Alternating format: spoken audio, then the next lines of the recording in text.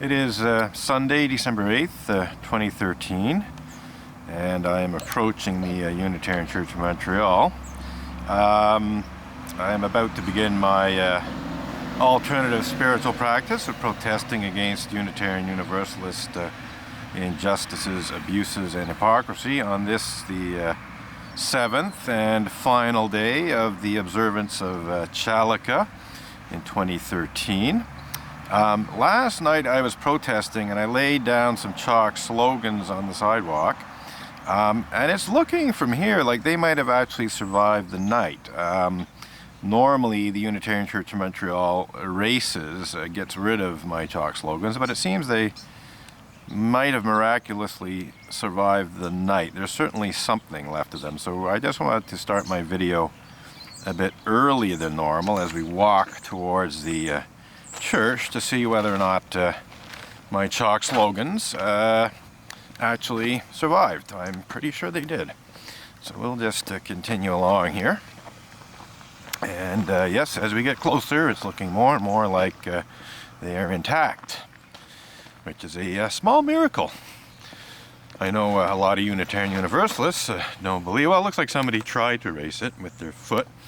But nonetheless, no, they are largely intact here, my slogans. We'll just come around here and read them again. Unitarian perversion of justice covers up UUA clergy abuse. And yes, somebody did try to scuff it somewhat, tried to erase it, but they didn't succeed. And it's quite obvious that nobody threw a bucket of water or anything on the chalk slogans, as Unitarian Universalist church leaders here at the Unitarian Church of Montreal are wont to do, to erase my chalk slogans. And then here we have Unitarian atheists misuse blasphemy law to cover up clergy abuse. We'll just come around so we can see that properly.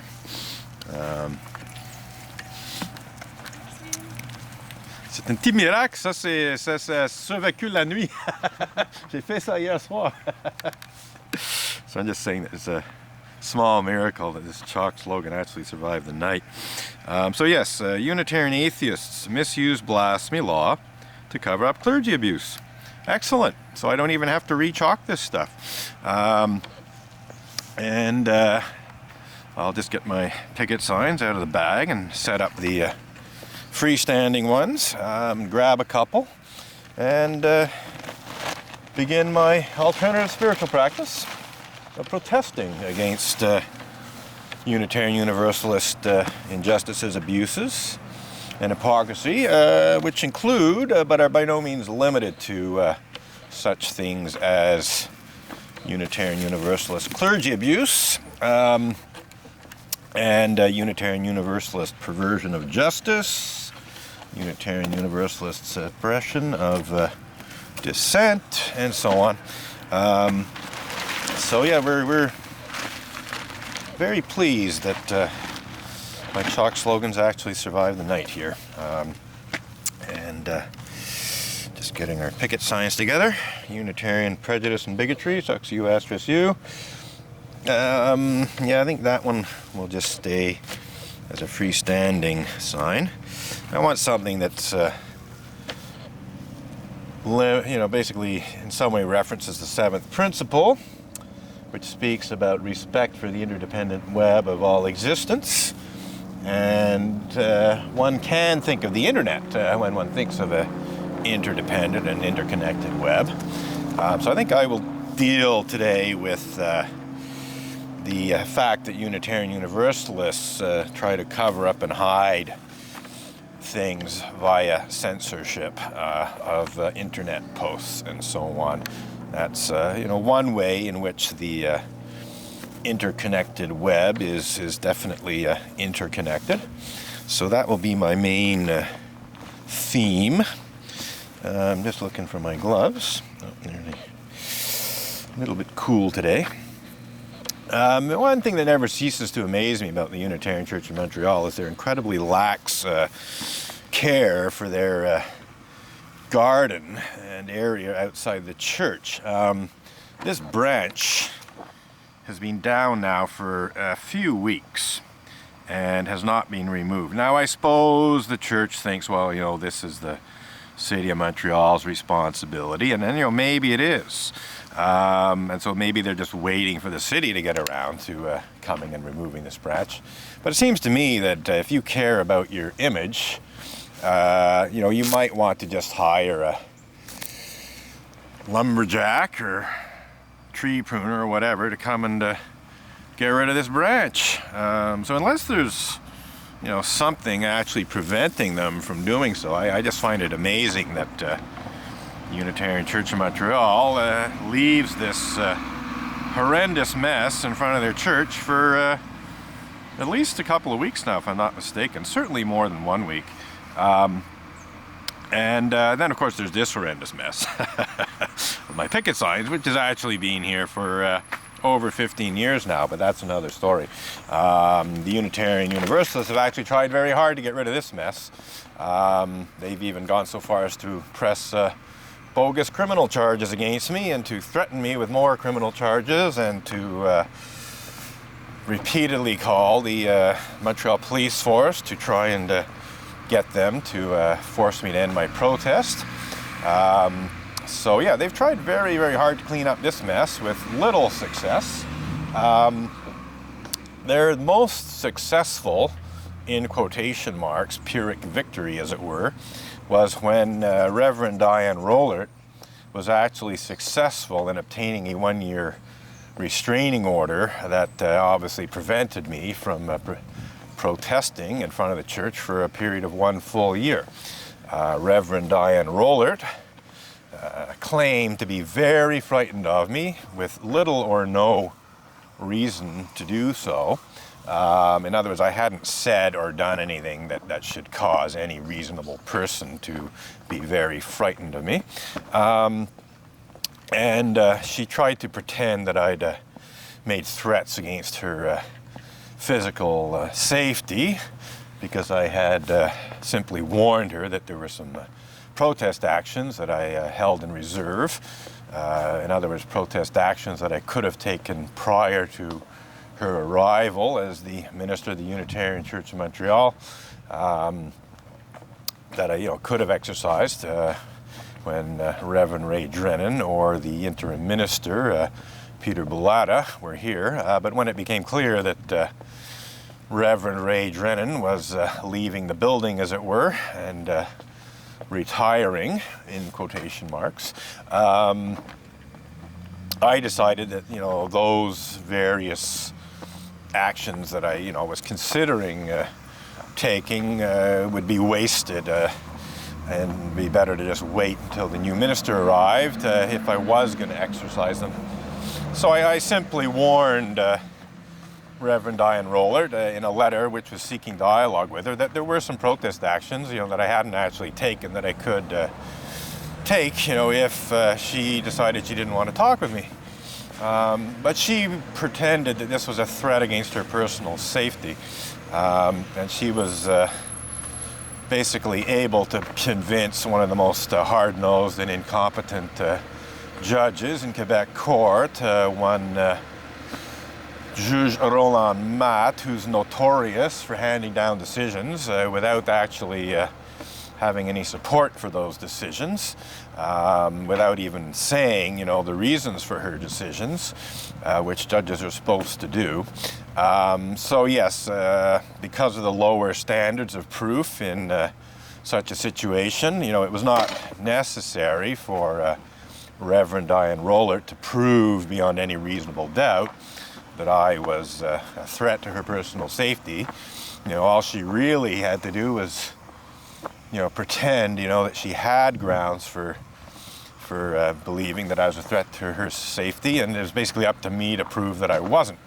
And I was not able to do so in no small measure due to the fact that Juge Roland Matt repeatedly shut down my cross-examination of Reverend Diane Rollert.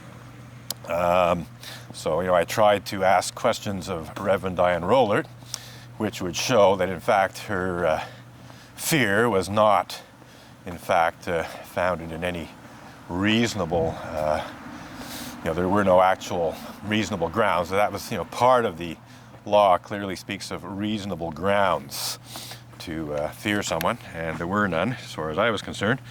Yet when I tried to cross-examine Reverend Diane Rollert in order to demonstrate that she didn't really have any reasonable grounds for her professed fear of me, Judge Roland Matt repeatedly prevented me from asking the kind of questions that I needed to ask to show that Reverend Diane Rollert was either deeply insecure, possibly to the point of suffering from paranoid delusions even, or she was lying. I mean, that's the other possibility. You know, either she really was very frightened of me, or she wasn't.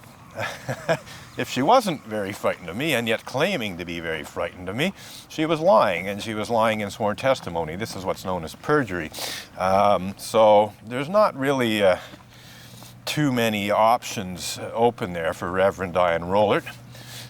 If one accepts that she actually had no reasonable grounds for being frightened of me, she was either paranoid, extremely insecure, or she was lying. It's that simple.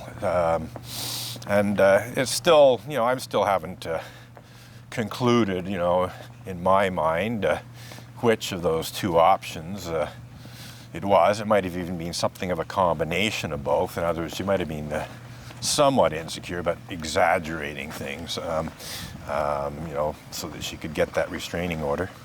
But nonetheless, that restraining order was to prevent this protest. And the idea, I should say, in the mind of Reverend Diane Rollert and other leading members of the church, was they definitely seemed to believe that if they were able to obtain this restraining order, that even though the initial restraining order was for a 1-year period, that it would be extended indefinitely. In other words, they were pretty convinced that if they obtained the restraining order, that would be a permanent end to my protest in front of the church.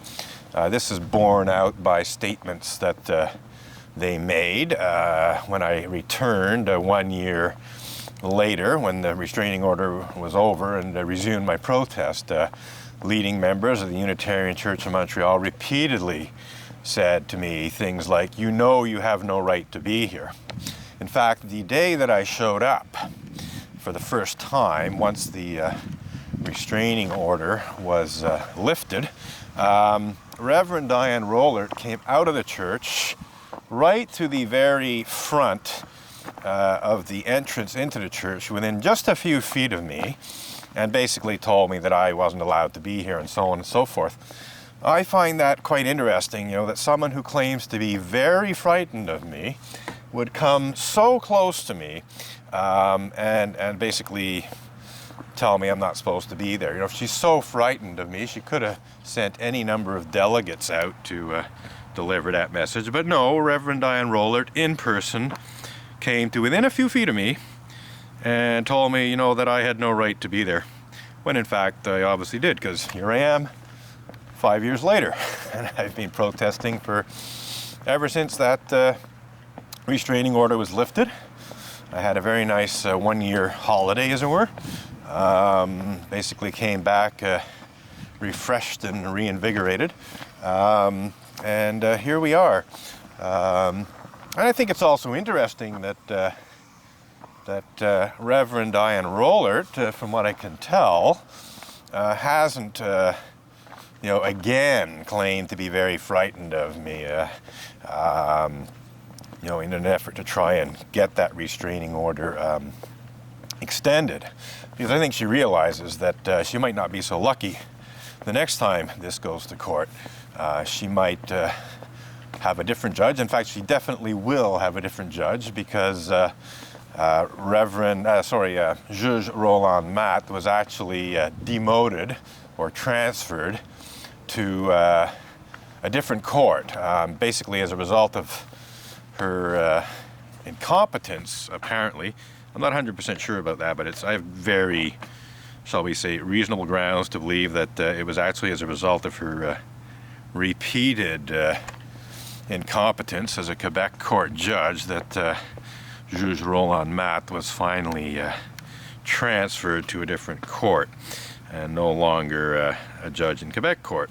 So yeah, if this ever did go to court again, it could have very different results, and it could even result in Reverend Diane Rollert facing possible perjury charges. I mean, I could actually seek to charge her with perjury just on the basis of the lies that she told in her testimony in court earlier. She told at least 3 provable lies, or maybe it was 2.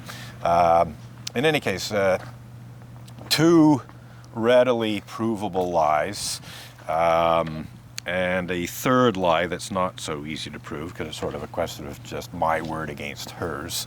But nonetheless, really no question about it, Reverend Diane Rollert definitely did not tell the truth, and certainly not the whole truth, under cross-examination during this hearing. So she, as far as I'm concerned, is guilty of perjury.